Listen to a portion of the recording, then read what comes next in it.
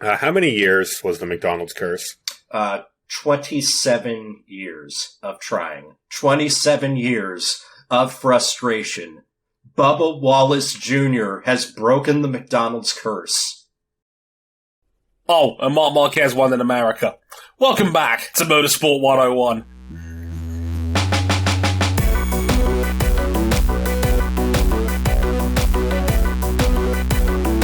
Hey gang, welcome to episode 326 of Motorsport 101. I'm your friendly neighborhood host, Trey Harrison, and oh boy, we have a very spicy round of MotoGP to talk about over the next hour or so.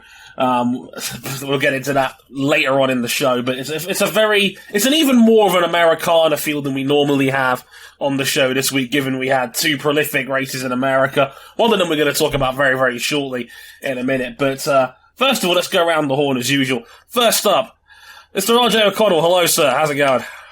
Evening.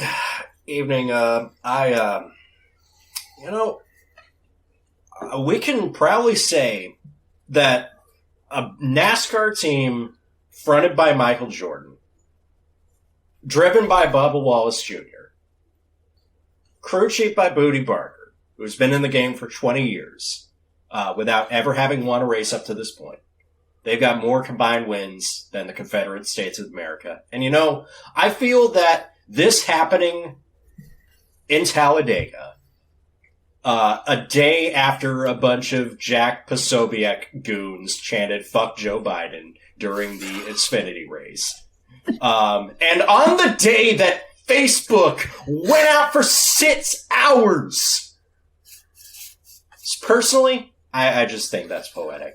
And I think Facebook and all of its associated properties being out for 6 hours should also give us pause to think about, hey, is it good that companies just own this much technology? But that's a debate for another podcast. Bubba Wallace won a NASCAR race. It's official. Today's a good day. The Karma Bank finally got back to a positive balance after being overdrawn for so long. You will not believe, given my bookies was empty at the time of this race result happening, the noise of the "let's effing go" that came out of me when I found out officially that the race was called off. I was just like, yes! Oh, it was the happiest, joyous feeling. And King, what did you say on the only social media site that was really working at the time on Twitter? I said, well, I don't know what I said during the race. The next day, though. Tell us what happened the day after. The day after, McDonald's decided to rebrand their Twitter account as a Bubba Wallace Stan account. Wonderful. And I replied that no sponsor in racing is ever topping this. McDonald's liked the tweet, and I replied, nothing's topping McDonald's liking this tweet. Even my future wedding day. I just love this because in this hellscape of brands trying way too hard to be relatable on social media, you know what? Given the circumstances, I will say McDonald's, you have earned a 1-week slander exemption from trying. You could be trying way too fucking hard all you want this whole week. It's fine. Yeah. We'll allow it. Applebee's, you need to take note. This is what you need to do. If you're going to endorse a driver, go all the way with it. All the way. It was wonderful. It was so... Yeah. It was... I love that it was so good, it basically brought out, the down bad in all of us, where King's just like, this is better than my wedding day! And just because tweeted of course. Me. Because McDonald's, who of course wins their first race as a Cup Series primary sponsor since 1994, McDonald's are interested in drivers, not quitters. Hey, I see what you did there. So Gav, somewhere the Blue Emu admin is punching air right now.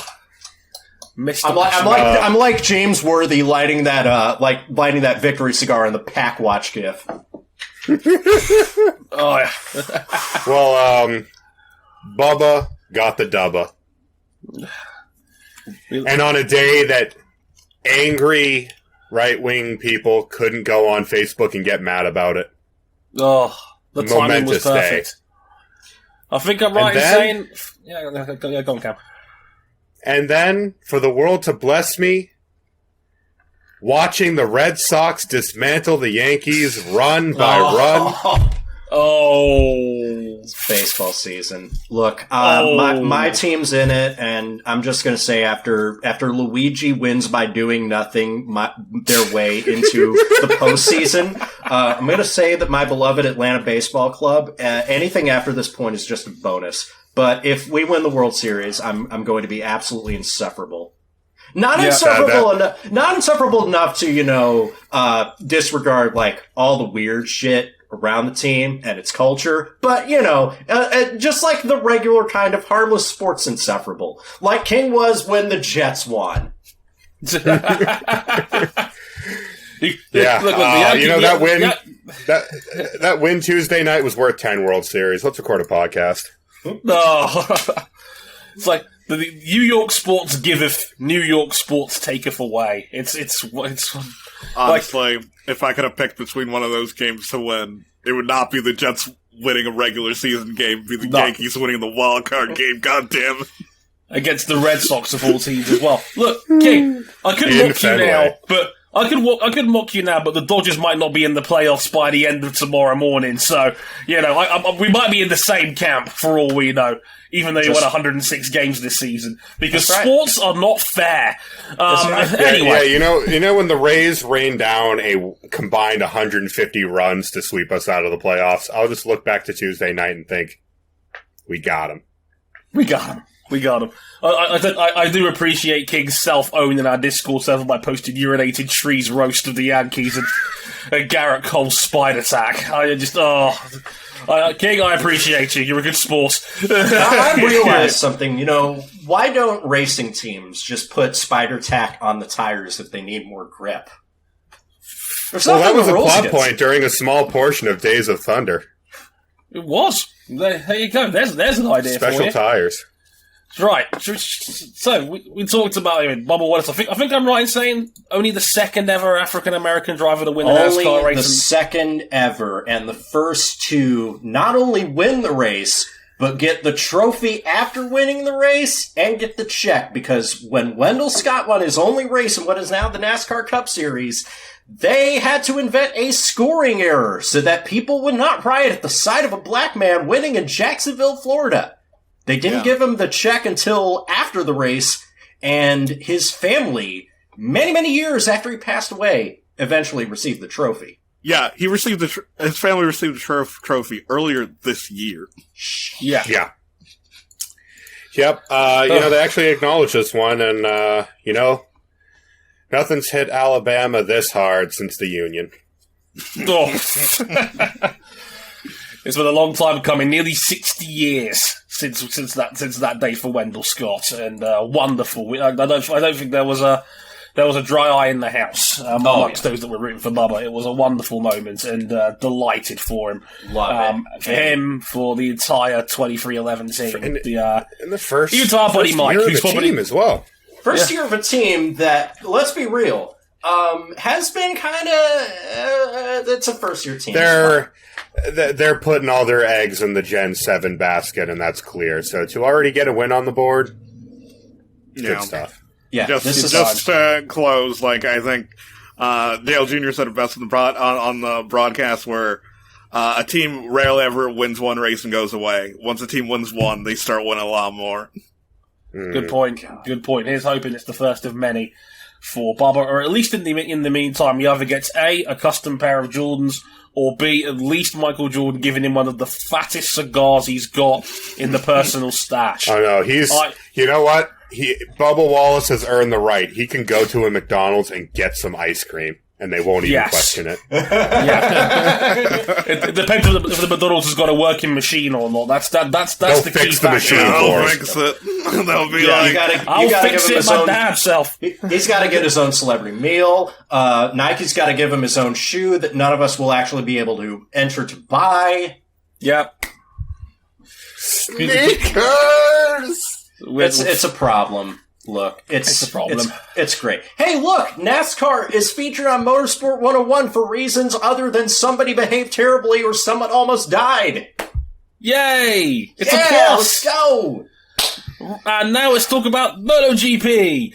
But in this episode we'll also be talking about MotoGP's Grand Prix of the Americas. And unfortunately, folks, or should I say fortunately, only 3 things in life are certain. Death, taxes, and Marc Marquez winning in Texas. His 7th win at the Circuit of the Americas in dominant fashion. And we'll be talking all about that. We'll be talking about a bit of a missed opportunity for Ducati and bumps. Lots and lots of bumps, because that was the overriding theme of the weekend until a Moto3 incident happened. Now, we don't normally talk Moto3 on this show anymore for time constraints, but this was a abnormal instance with I'm not exaggerating when I say this, a horrific crash in Moto3 that got even more people talking about the nature of lightweight racing in general on 2 wheels, because this was the same weekend the paddock paid tribute to Dean Berto Vinales, and only a couple of days later we are talking about an airplane crash, for which thankfully everybody was able to walk away from. But terrifying incident. We'll talk about that and the nature of Moto3 in general in the coming 45 minutes to an hour or so. Now, forgive me as well before I get into the intro and basis where you can find this. I've got a bit of a cold at the moment. You may have noticed by now, given how I sound. Just wanted to get that out of the way for full disclosure. Forgive me if I don't quite sound my usual 100% peppy self. But we will soldier on. If you're watching on video, you probably already noticed the glass of orange juice next to me. Vitamin C, you gotta love it. Right. Places you can find us real quick. We're on youtube.com/motorsport101. We're on facebook.com/motorsport101. And we're on Twitter at motorsport_101. If you'd like to follow our personal handles, you can on the screen, or if you're watching, or listening, I should say, sorry. We're at Harrison101HD, at RJ O'Connell, at CBuckley917, and at Ryan Eric King. We are also on Instagram at Motorsport101pod. On there as well, and if you really like us, you can back us financially on Patreon, patreon.com/motorsport101. $5 gets you early access to all of our audio shows, $10 for the video versions, and the access to the supporters club in this Discord server. You can listen to these episodes live as they're being recorded. You can find all those details and much, much more on the website, motorsport101.com. Right, let's get into MotoGP's Grand Prix of the Americas. You know what's funny?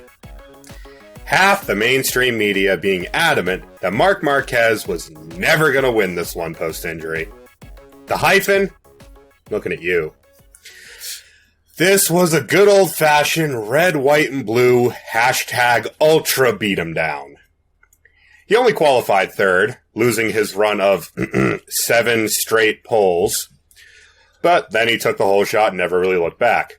He pulled out a 4.5-second lead en route to a lights-to-flag victory, his 7th at the Circuit of the Americas. Fabio Quartararo celebrated his 2nd like a win, giving him his first championship point in Misano in 2 weeks' time. A win or any finish ahead of Bagnaia wins him the title. It's over.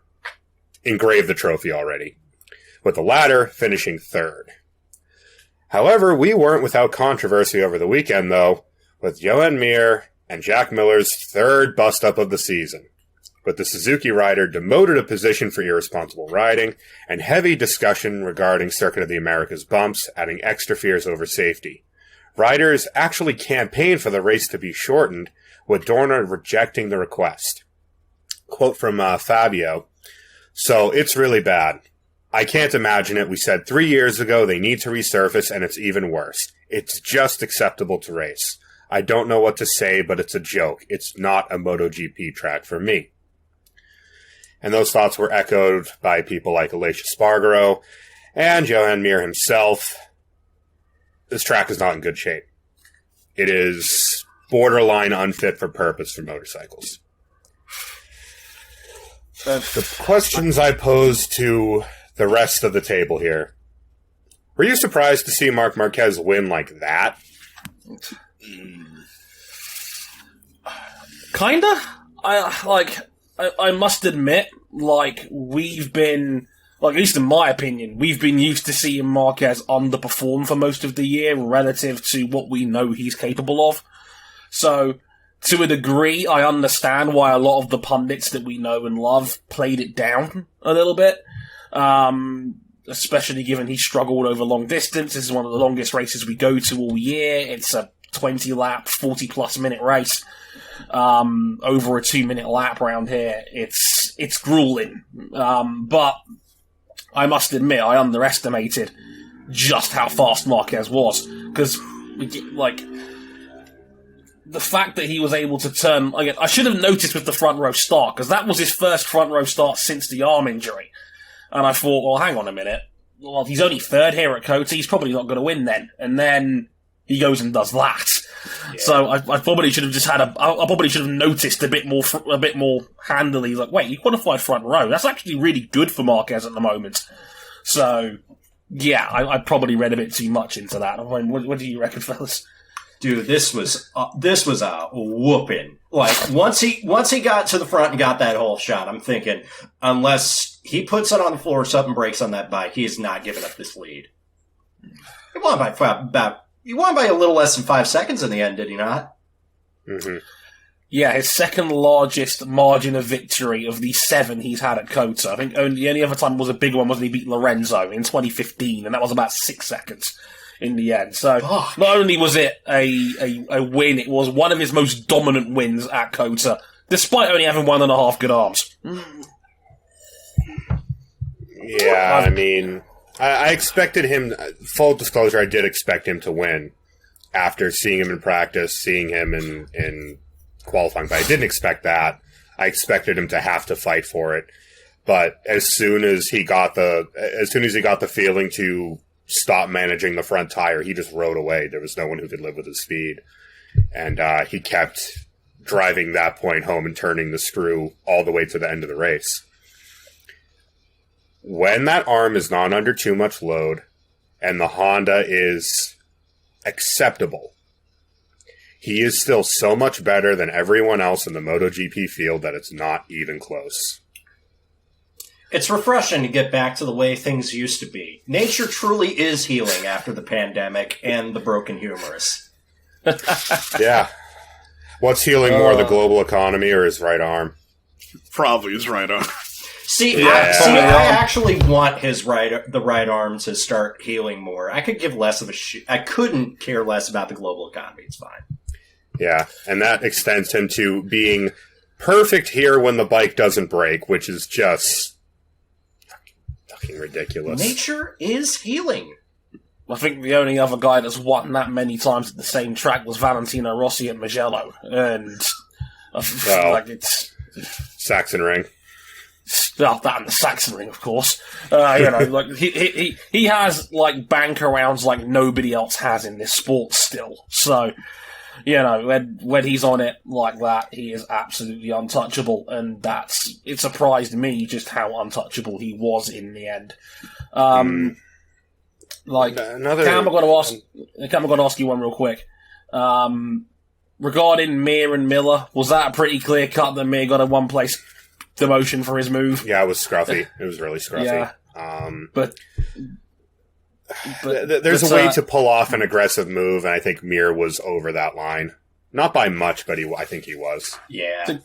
Did you see Miller's reaction afterwards? The man almost pulled like Mir's visor open to really get in his face and was like, "What do you think you're doing?" It's just like, it's strange with Mir because sometimes he looks so perfect and under control in bike-to-bike battles, and other times he is really ham-fisted and over-aggressive. I don't know what it is. Is it that outgoing champion's pressure?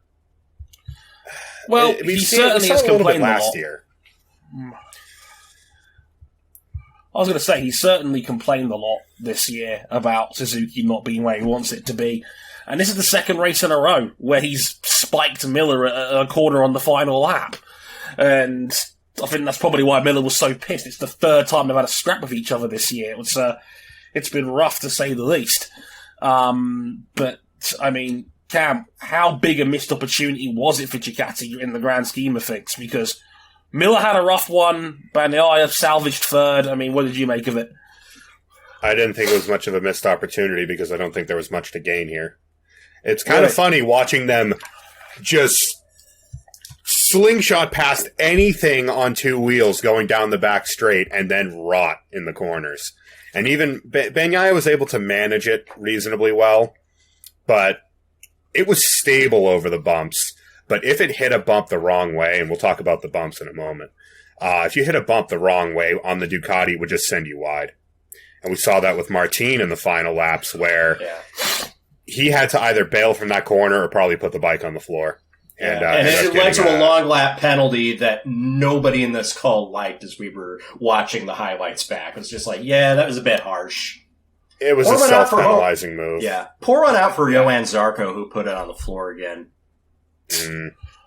Yeah, for the record, the rule is you have to lose a second if you cut a corner. Because Martin only lost 0.7 of a second, he was given a long lap penalty. Which I say, bullshit. Yeah, Gran Turismo sport players can certainly commiserate. I feel that one. I think that's a little bit... I don't think that a rule such as that, written that way, gives... I don't think it gives enough context. Look, it was a self-penalizing move. He lost enough time that it left him vulnerable to Pecco and lost the position anyway before he even got the long lap penalty. It was insult to injury. I think a little bit too harsh. Yeah, I think so too. For me, it was a strange race for Miller in general. He blamed Michelin. He claimed Michelin gave him 2 dud tyres for qualifying, and then qualified in 10th. And then they tried to be hipster by putting the hard rear tyre on the back of the bike, the only front runner to do so, and then he just didn't have the pace to challenge the leaders up front. It was just a bit of an unmitigated disaster for Miller all weekend. That's 3 races in a row his teammates outshone him. Not the best of looks, I Jack. think Pecco was always going to hit his stride eventually, and now that he has... He is convincingly beating Jack Miller, who, let's remind the listeners, is not a slow rider. Not by any stretch of the imagination. No. It's pretty good. Yeah, but he's been dominated for 3 races in a row now. Yeah, not been the same guys post-summer break. Same for Zarco to a degree. They were both contenders in the title race until that point, and they've just struggled since then, really. Right, let's get into the bump discussion here because there was infrastructure. Yeah, everybody's sexy favorite topic: infrastructure. Let's dim the lights. Let's turn on some Marvin Gaye, and let's talk infrastructure. I mean, there was a lot of discussion regarding the bumps this weekend, and Cam hit us with one of the quotes. Danilo Petrucci was the one who said that they wanted to get the race reduced from its original 20 laps because they thought physically it would be really demanding. Alicia Spargaro said, the bikes in 2015 were much worse than now. It's been 6 years and Marquez's time after all this time, it's still 2 seconds slower. The track is very dangerous, and for me, it's too dangerous to race on Sunday. And this is from a guy who ended up being one of the few DNFs on the day. He crashed himself in the middle of that race. The Aprilias were crashing non-stop all weekend. They were awful. Well, to be fair, there's only one Aprilia. Sadly, no Maverick this weekend. Well, very understandable reasons. Yeah. Mir, the reigning world champion, said, it looks like every 3 years they must resurface, and this is something that means money. I understand it's really difficult, but some solutions we have to find because it's unsafe. Now, just how much trouble is COTA in as a facility? Because these riders were basically threatening, resurface this track or we're not coming back here next year. They're threatening a strike. That hasn't happened in a goddamn while. We're on the verge of a 2005 U.S. Grand Prix situation next year with this track because it's not fit for purpose with motorcycles. I mean, you watch Marquez and the way the front of the bike was slamming up and down through Sector 1. And it was the same all the way through the field. If you hit a bump wrong, you were going wide. If you hit a bump really wrong, you were going down. Yeah. And they were all over the racing line. It meant that some people had to take very unconventional lines through some of the S's, because you have about a tenth the contact patch of a Formula One car. It is not the same for cars. And even last year, Formula One drivers were complaining, or was it 2 years ago? Time is a construct invented by clock companies to sell more clocks. They were complaining about the bumps in Formula One. And while cars can manage it reasonably well, I mean, shit, we still race at Sebring and prototypes. Bikes are another matter entirely. And more than once during the weekend, we saw someone hit a bump wrong and just go down at very high speed. Indeed. I mean, King, a lot of this is just the nature of COTA itself, isn't it? I mean, it's built pretty much on swampland, isn't it? Yeah, like, back when they built the track, obviously, you need to get certain approvals to get the track built. And part of that is, hey, you need to build your track with flood protection if it's built on a floodplain, and it was. Yeah. And yeah, by prior seasons at COTA, and the heavy rainfalls in that part of Texas that sometimes happens, yeah, there are certain points in times where COTA has been completely underwater because it's on a floodplain. Shit, we saw it during the 6 hours of COTA in 2014, where, you know, LMP1Hs could deal with rain just about as well as any other bespoke racing car, and they were hopeless in those conditions. Because the track just wouldn't drain out past a certain point. Yep. Yeah, saw it in Formula One a few years ago as well, where we had 2015 was the legendary qualifying session of people racing boats, little handmade boats in the pit lane. Yeah, handmade boats, big boats, you name it. Yeah, it's always been back and forth. Austin's always been a strange microclimate for racing, and it's not the first time like multi-discipline tracks have had this problem. We've talked about it with Silverstone before. They've had multiple issues with bikes running here. And this was before what we saw in 2019 with the infamous cancelled race. Catalonia's had this resurfacing problem as well. I remember Carlos Sainz coming out and saying, quote, "I feel bad for the MotoGP riders," while driving over the bumps. So he knows what it's like himself. I'm surprised to see the riders almost unanimously take a stand against something like this, first and foremost, but they've got to do something about it. Like, it is borderline dangerous for these bikes to be racing here with the track how it is. It's a safety situation that affects everyone on a motorcycle on that track. Everyone in Moto2, everyone in Moto3, everyone in MotoGP. And for the perspective of COTA, like, MotoGP is one of your moneymaker events. I know you don't have IndyCar anymore. You barely had it to begin with, but now you got NASCAR. It would be in your best interest, especially if you are a track that is so famously hurting for money, which, of course, we know that people in business in Texas always hurting for money for some strange reason.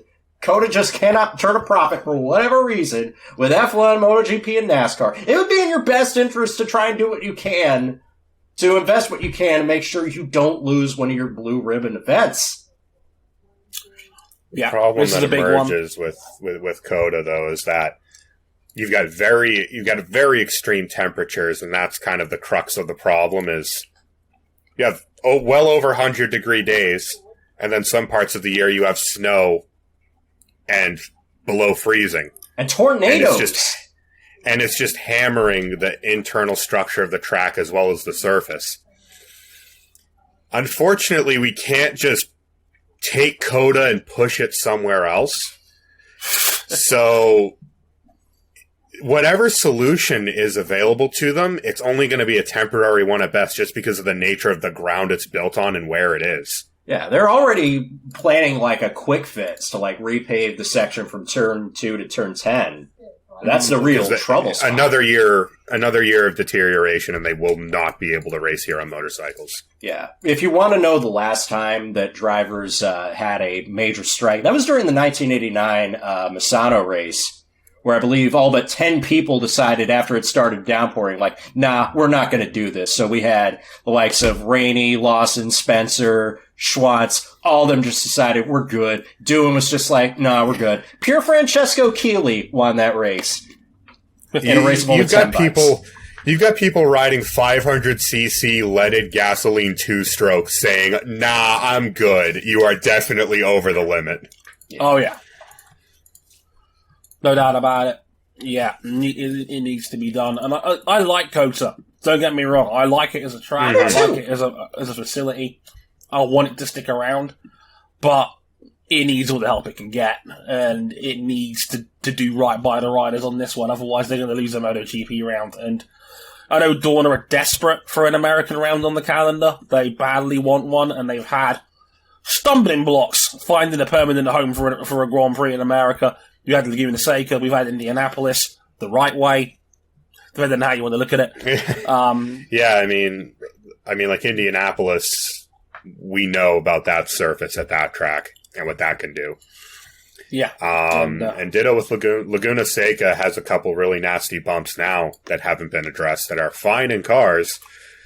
Man, if you go over the corkscrew in a motorcycle and there's a bump on the apex, good luck. Yeah, forget it. We like Sebring because it's bumpy. It's part of the character. We wouldn't endorse this for motorcycles. No. Put it that way. At the end of the day, the vehicle has to match the track, and while COTA is perfectly suitable for cars still, it is no longer fit for purpose for motorcycles. And something does need to change before we see more of what we saw during this weekend. Let's get into it.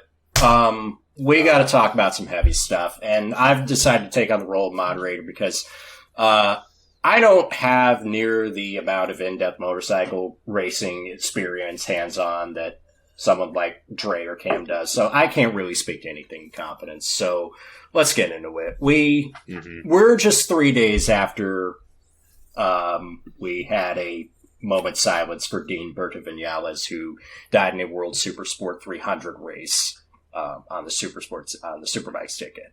And then Moto3 had the first race of the weekend. There was a terrible four-bike wreck at 140 miles an hour down the back straight at Koga. Dennis Anchu weaves into the path of Jeremy Alcova's bike. Alcova slides and turns his bike into a ramp that launches Andrea Mino and Pedro Acosta into the air. It's a miracle that everybody involved was okay.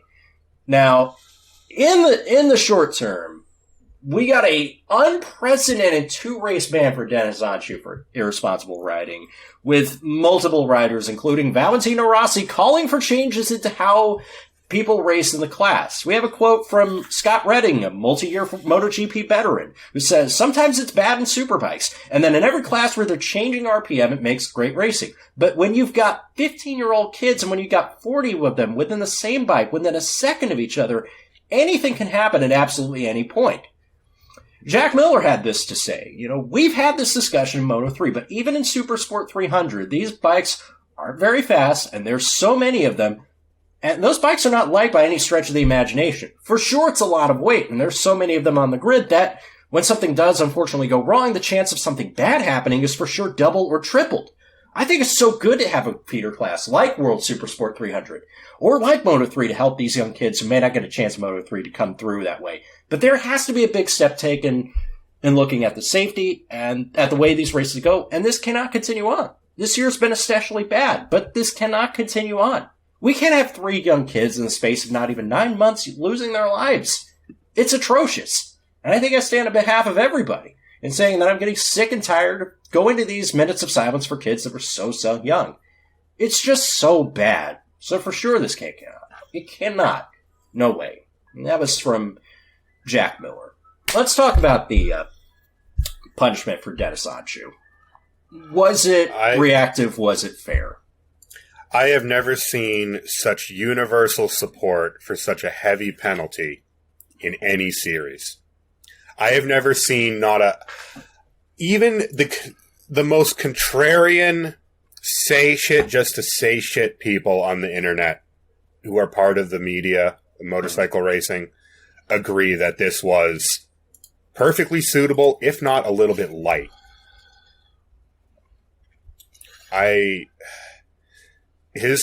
You cannot chop block someone at top speed on a motorcycle. You shouldn't do it in a car. You sure as fuck shouldn't do it on a motorcycle. No. I mean, to answer the first part of the question, yes, this was definitely a reactive punishment. We've never seen anything like this in modern-day MotoGP. You'd have to go back a long way for a straight-up ban for irresponsible riding. It would have to be Romano Fenati's brake squeeze we saw at Misano a couple of years ago, and he was basically told to sit out for the rest of the season. Beyond that, you're probably going back to the early 2000s, the days where you would get disqualified for running somebody off the road. The culture of bike racing has definitely changed in the last 15 years in many different aspects. Like I've said it many a time, Valentino Rossi bumping off Gibernau changed the sport forever, because it basically made the last lap block pass legal for all intents and purposes. So, I mean, in my opinion, having watched Moto3 for many, many years, it was leading up to this. This was coming. Yeah. And, like, think about how many years they've tried to change things like dawdling on the racing line, or trying to get slipstreams in qualifying, and we went from warnings to grid drops to back of the grid starts to pit lane starts this year. We got our first disqualification for it only a couple of rounds ago, and it was for the fourth offence over the course of this season, where before the stewards finally said, you know what, sit out for the weekend. You know, these kids, and I say kids because unfortunately a lot of them still are, they don't learn. That's no hyperbole. That's no exaggeration. Yeah. I mean, I remember parts of my life. I'm 24 years old. I remember parts of my life vividly before someone like Dean Vinales was born. It doesn't hit you until you see 2006 to 2021. When you're talking about them being gone. Yeah. And racing drivers and racing riders are paid. It is their job to go out and find the limit and straddle that limit. No place more so than motorcycle racing, because they are risking their bodies. They are risking their lives every time they tip a motorcycle into a corner. Just like you can be if you're riding your motorcycle out on the road in traffic.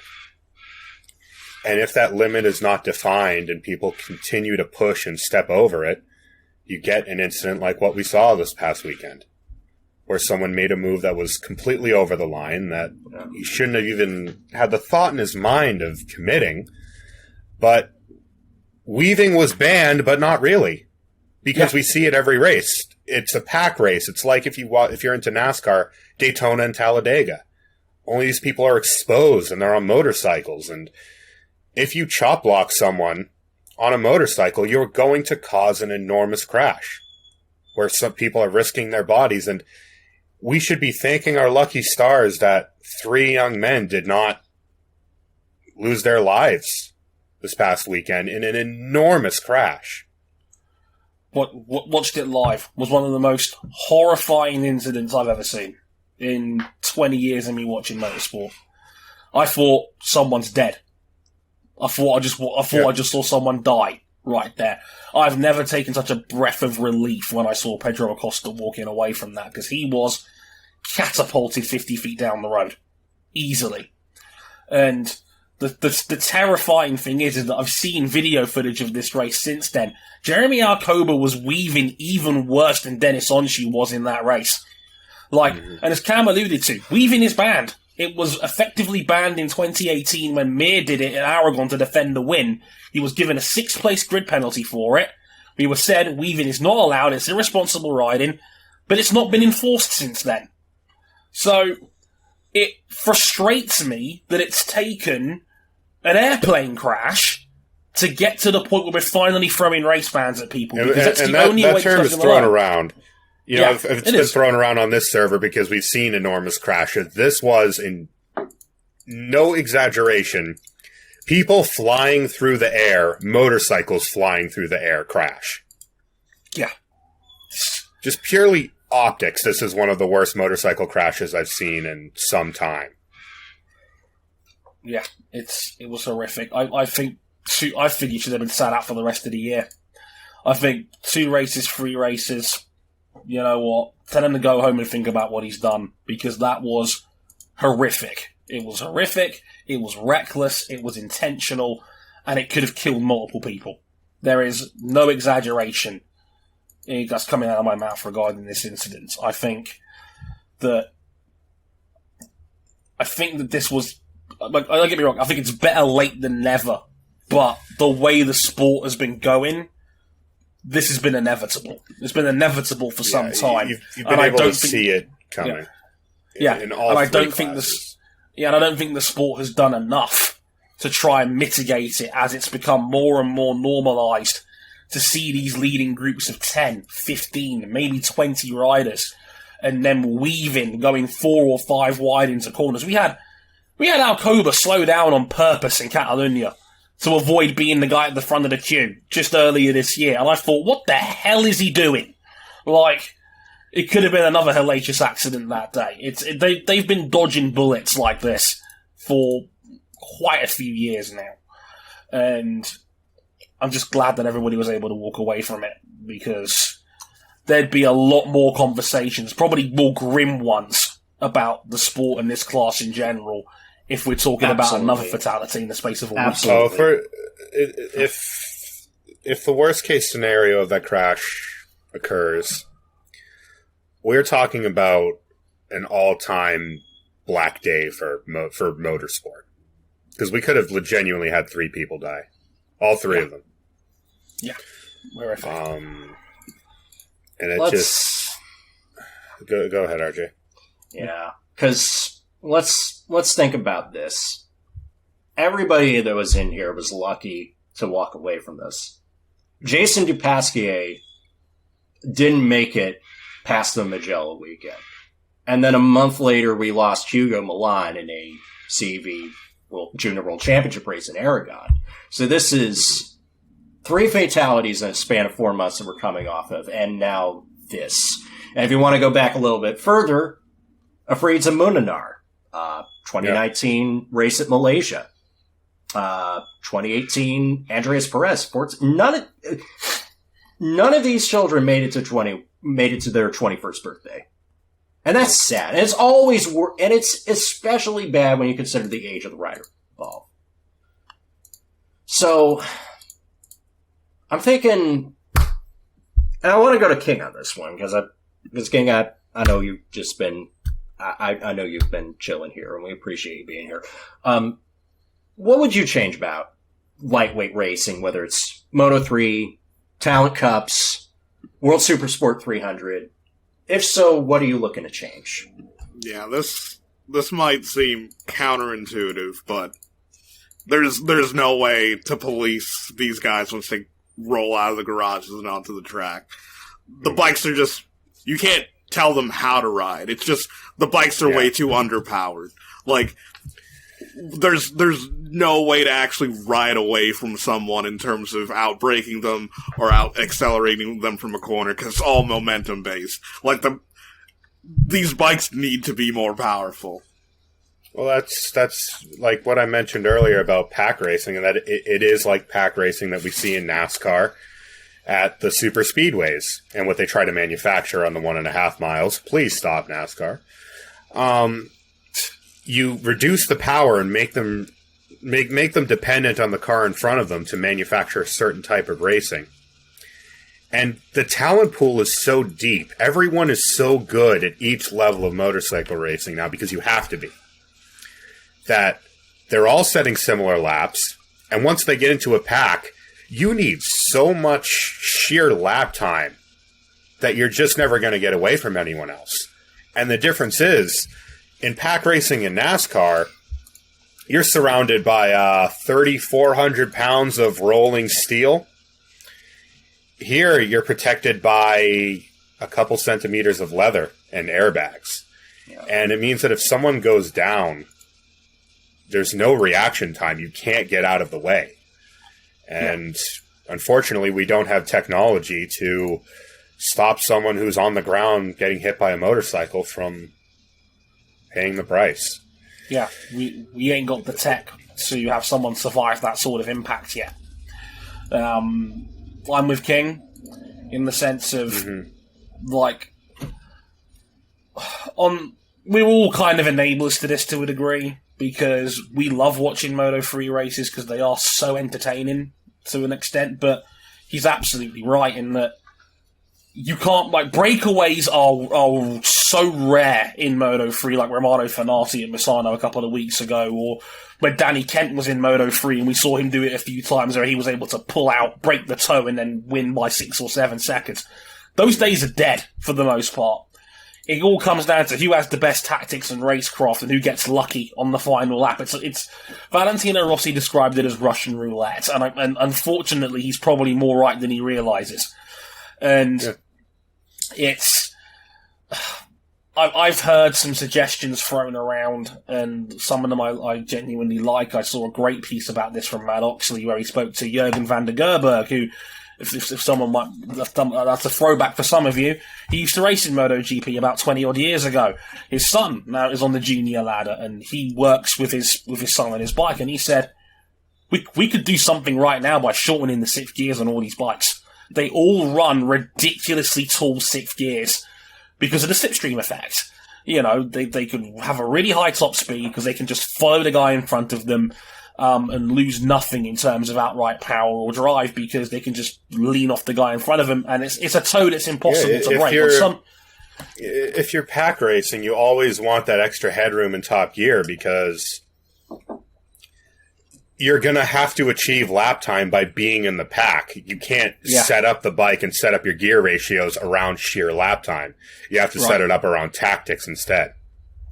Indeed. And it was Jürgen that said, look, we could probably do a job. We could probably have a safer sport right now by just having a mandatory 6th gear that's shorter and having these guys bounce off the red line more. That will enable, more differences in braking, in riding, in racecraft in general. Now, I've seen some of the more nuclear options thrown out there, like reducing grid sizes. Now, that's a problem. You don't want to be taking money out of people's pockets. There's a reason why there's so many people taking part in these sports, because a lot of people have a lot of money invested in junior sports. And even then, if you reduce the grid size, you're not solving the problem. You're just making the pack slightly smaller. Yeah, there's no point in having There's no point in having a 30 bike paddock or 30 bike grid if 20 of them are going to be in a pack anyway. Like, it kind of defeats the purpose. And it made me giggle when Miguel Oliveira talked about, I don't think any pursuit is worth someone's life. Says man who has Rider Academy back in Portugal, who, again, he has genuine skin in the game, so that made me chuckle, unfortunately, in that sense. And you can't really reduce grid sizes, it doesn't really solve the problem. You could throw out harsher punishments, but I think when the visor goes down, these guys are going to think about winning and nothing else. Yeah, the problem with the time for harsher punishments has come and gone. Yeah, because really you need to nip that in the bud, because at that stage the only thing that's really going to stop riders from doing these crazy moves is if we get the worst case scenario incident, and even then they're motorcycle riders. They're a bit odd in the head.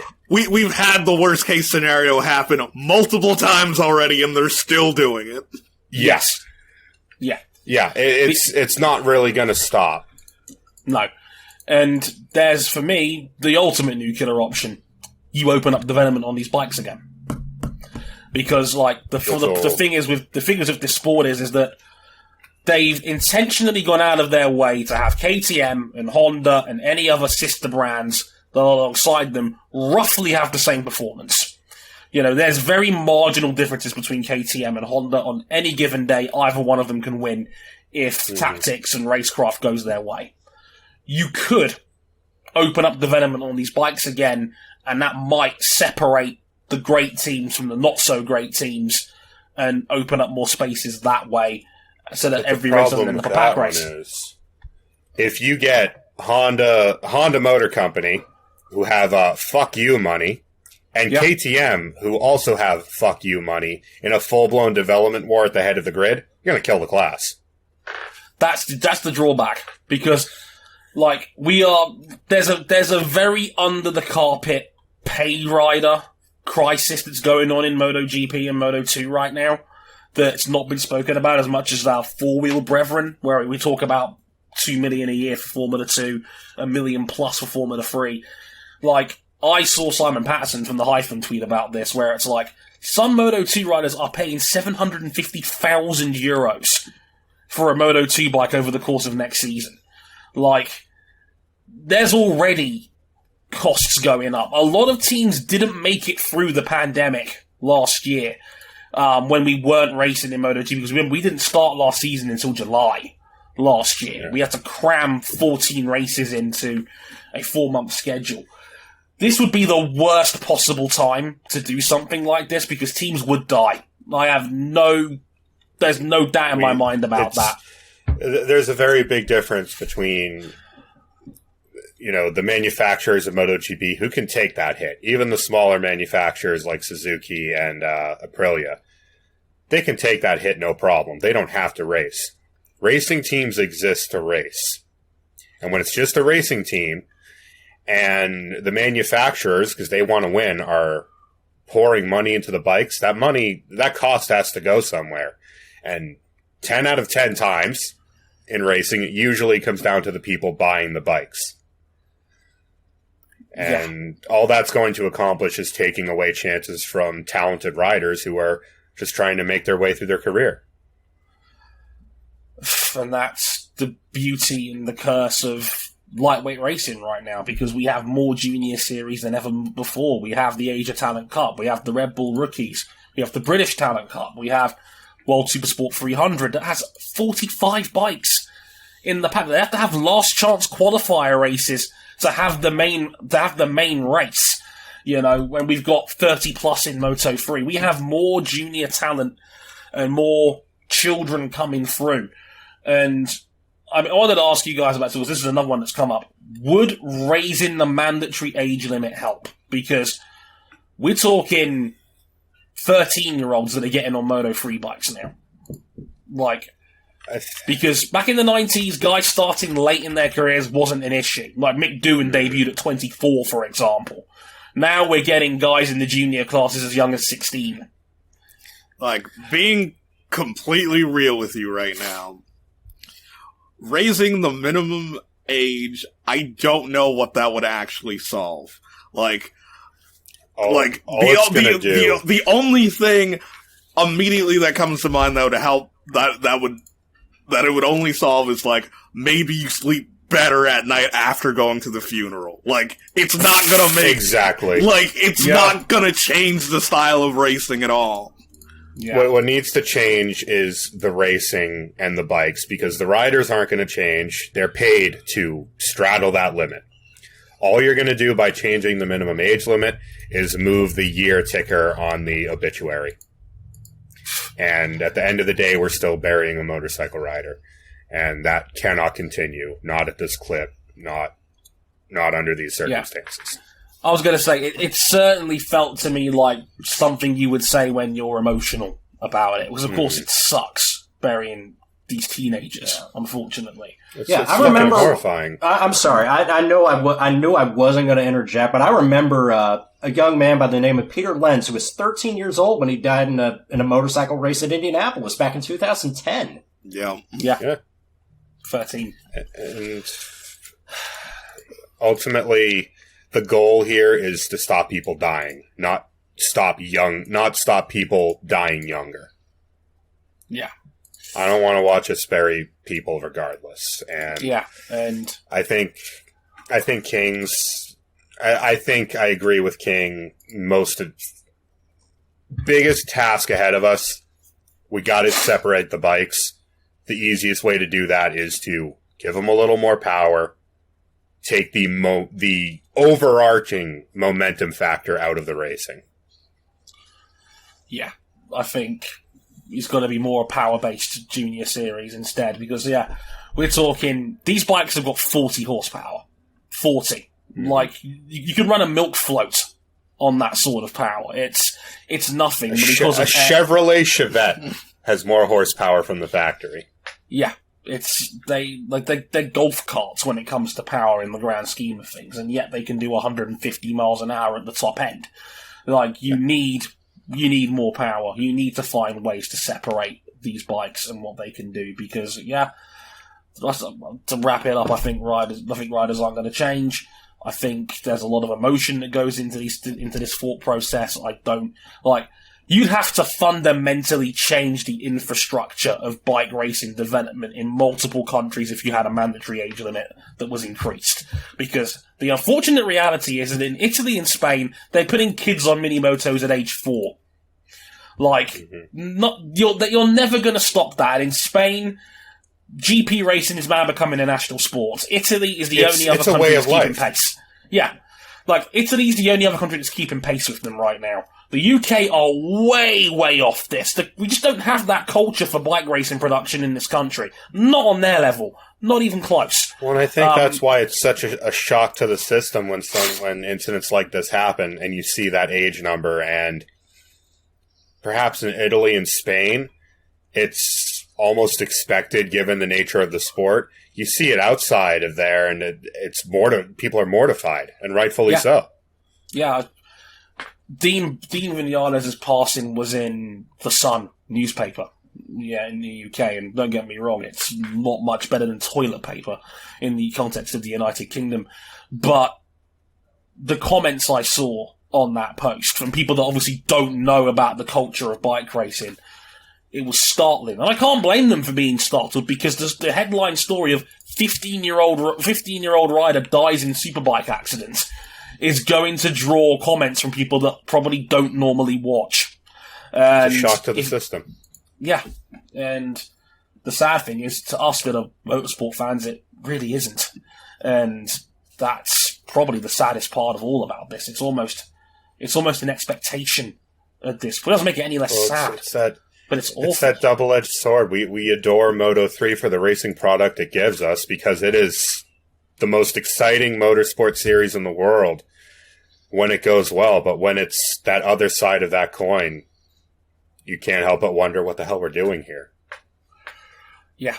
And on days like Sunday, it was startling seeing the other side of that coin. And thank goodness that Jeremy Alcoba, Andrea Mino, and Pedro Acosta was able to walk away from that, because for a split second there, I thought they weren't. And it would have been dreadful. MotoGP is back in 2 weeks' time. I actually got the date wrong on that script that I wrote it. It's actually a 3-week break for MotoGP. They're back at Misano in a couple of weeks' time. So, as mentioned, it's the first championship point for Fabio Quartararo, a win or any finish ahead of Bagnaia, and he will be your 2021 MotoGP champion. Who would have guessed that back in March? Because we had doubts about that man going into this season, and he's silenced an awful lot of them. So first championship point for Fabio. Next episode, we'll be talking about Formula One in Turkey. Now, this is going to be interesting. Weather reports are up in the air. There's rumours that Hamilton might take a power unit penalty this time round. Carlos Sainz definitely is, so we'll have to wait and see how that goes. And any predictions here, folks? Special livery on Red Bulls. A white Red Bull, glorious Honda tribute. Yay. So, do you think Hamilton takes the penalty here? Out of curiosity, before we get out of here real quick. I think he's going to have to at some point. It's probably the most